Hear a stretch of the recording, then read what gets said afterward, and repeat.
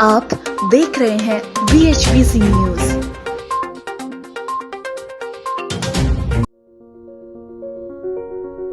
अक्सर हमारे समाज में प्रकृति की हर एक चीज को भगवान की बनाई हुई कहा जाता है।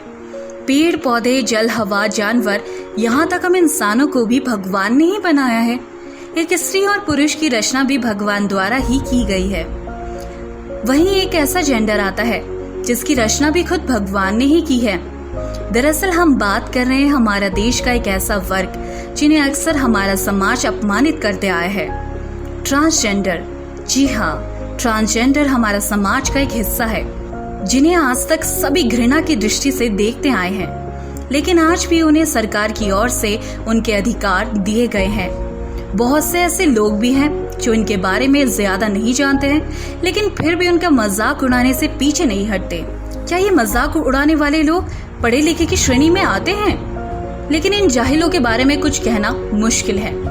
इन ट्रांसजेंडर का इतिहास काफी पुराना है, जो अपने लिए लड़ते हैं, अपने हक के बारे में बात करते हैं। हमारा देश एक लोकतांत्रिक है जहाँ सभी को बराबर का ओहदा दिया जाता है, लेकिन जब इन ट्रांसजेंडर की बात आती है तभी लोकतांत्रिक देश में रहने वाले यही लोग न जाने कहाँ गायब हो जाते हैं। इन ट्रांसजेंडर का अस्तित्व काफी पुराना है, जिनके बारे में अक्सर ये भी माना जाता है जो महाभारत के समय में मौजूद थे।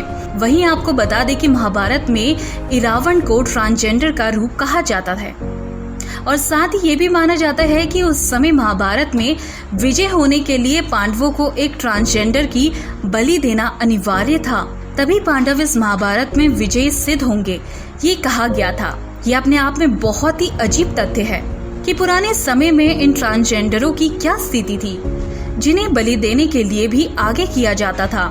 वहीं रावण को ट्रांसजेंडर का गुरु माना जाता था, जिसमें कोई दोहराया नहीं थी। वहीं आपको आगे की बात भी बताते हैं। जब इरावण से बलि देने को कहा गया तब वो बलि के लिए तैयार था, लेकिन बलि से पहले वो शादी करना चाहता था, क्योंकि शादी हर किसी के लिए खास होती है, फिर चाहे वो साधारण लड़के और लड़कियों की हो, चाहे किसी ट्रांसजेंडर की।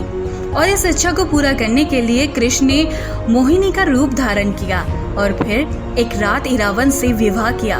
इतना ही नहीं, अर्जुन ने महाभारत में 1 साल के लिए यम का रूप भी ले लिया था। वहीं यूं तो हिंदुओं की परंपराएं समान है, लेकिन उनके गुरु मुस्लिम हैं।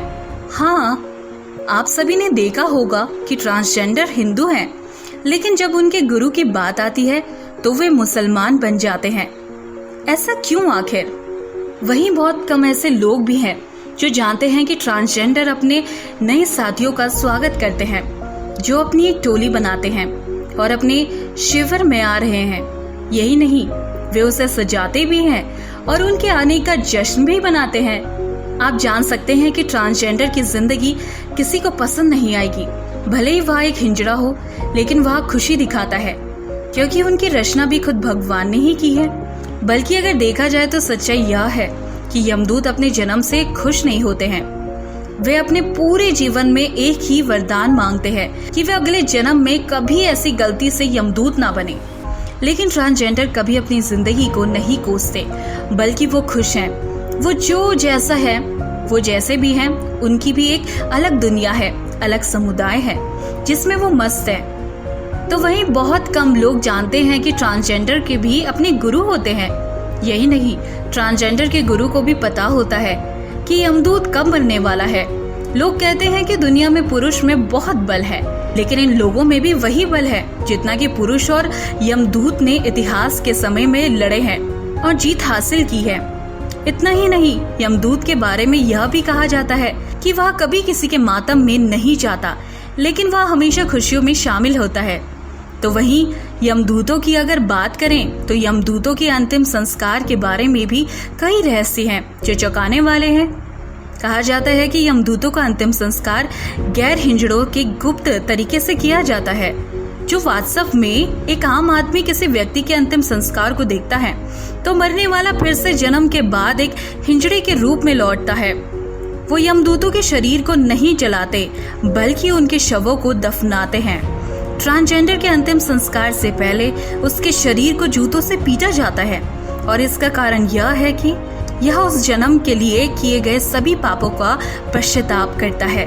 Bureau report BHPC news.